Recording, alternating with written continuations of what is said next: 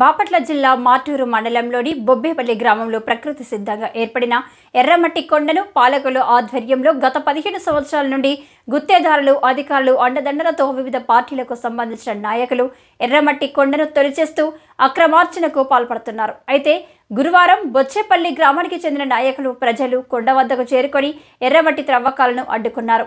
ఈ సందర్భంగా వారు మాట్లాడుతూ తమ పంచాయతీ పరిధిలో ఉన్న ఎర్రమట్టి కొండను అక్రమంగా తొలిచేస్తూ అక్రమార్జనకు పాల్పడుతున్నారని, దాని వలన గ్రామానికి ఎటువంటి ఉపయోగం లేకపోగా ఎన్నో అవార్థాలు, అనర్థాలు చోటు చేసుకుంటున్నాయని గ్రామస్తులు ఆరోపిస్తున్నారు.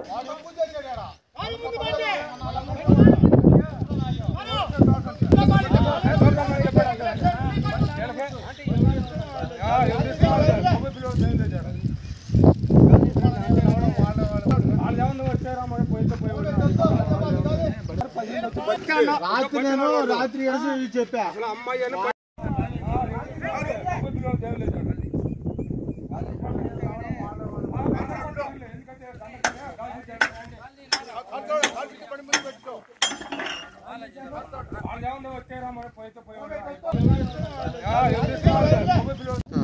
చింతలపూడి పోతురాజు అనేది పట్టాభూమి.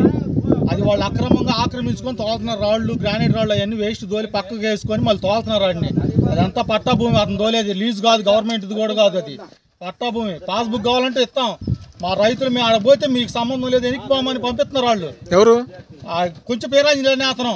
అధికారులు, పై అధికారులు, మైనింగ్ వాళ్ళు ఒక్కళ్ళు కూడా బయటకు రావట్లా. బయట చదువుతుంటే అది ఎంఆర్ఓ వీళ్ళందరూ అంతా ఎవడు మాకు స్పందించట్లా.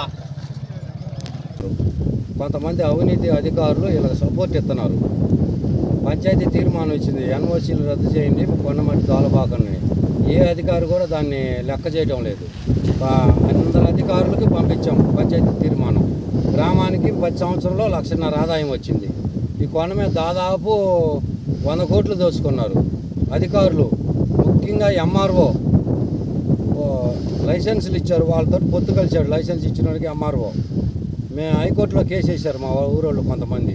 వాళ్ళ మీద గంజాయి కేసు పెడతా అన్నాడు ఒక ఎంఆర్ఓ. ఇంకొకడు ఎంఆర్ఓ వచ్చి జనం గొడవ చేస్తాను, మీరు గొడవ చేయబాకని డబ్బులు ఇప్పిస్తా అన్నాడు నాకు. బోకరు, నువ్వు ఎంఆర్ఓ బోకరు అని అరిచా.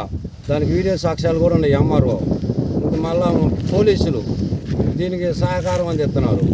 2 పోలీసులు రోజు వచ్చి వాళ్ళ దగ్గర మామూలు వసూలు చేసిపోతారు. మొన్న ఒక ఎస్ఐ బళ్ళు ఆపితే, మేము బిల్లులు లేవని బళ్ళు ఆపితే ఎస్ఐ దొంగ బిల్లులు పంపించాడు వాట్సాప్కి. ఆ బిల్లులు నుంచి బళ్ళు వదిలిపెట్టలేదు అని లోన్ వేస్తా ఉన్నాడు.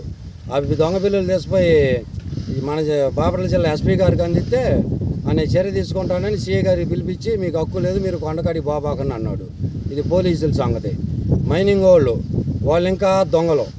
ఆ మైనింగ్ డీడీకి 100 సార్లు అర్జీలు ఇచ్చారు మా వాళ్ళు. మొన్న ఒకసారి అర్జీ ఇస్తే ఒంగోలు జిల్లా పోయి రేపు వచ్చి బండి సీజ్ చేస్తా, లేదంటే చెప్పు తీసుకొని కొట్టు అన్నాడు ఆ డీడీ జగన్నాథరావు.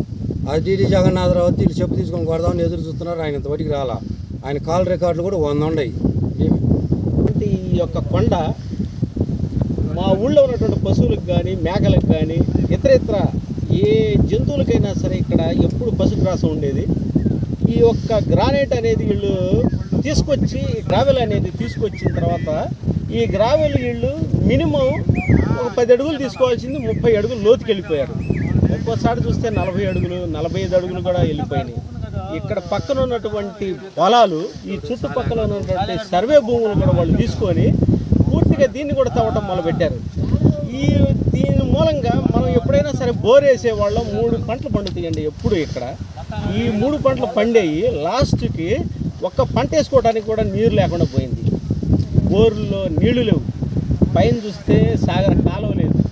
చాలా ఇబ్బందికరంగా ఉంది. ఈ ఇబ్బందికి తోడు వీళ్ళు చేసేటటువంటి ఈ గ్రావెలు తవ్వకాన్ని చూస్తే పక్కన ఉన్నటువంటి భూములు చూడండి, ఆ పక్కన ఉన్నటువంటి పశుగ్రాసం కానీ, మేకలు కానీ. బొబ్బేపల్లి గ్రామంలో ఉన్నటువంటి 3000 మంది ఓటర్స్ ఒక మాట మీదకి వచ్చి మేమంతా ఒక నిర్ణయం తీసుకోదలుచుకున్నాం.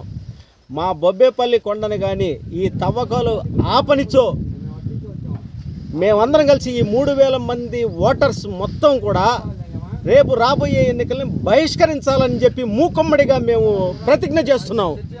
ఇది మా యొక్క జనాభా, మా ఊరి యొక్క ప్రజల ఆనవాయితీ కోసం మేము చేస్తున్నటువంటి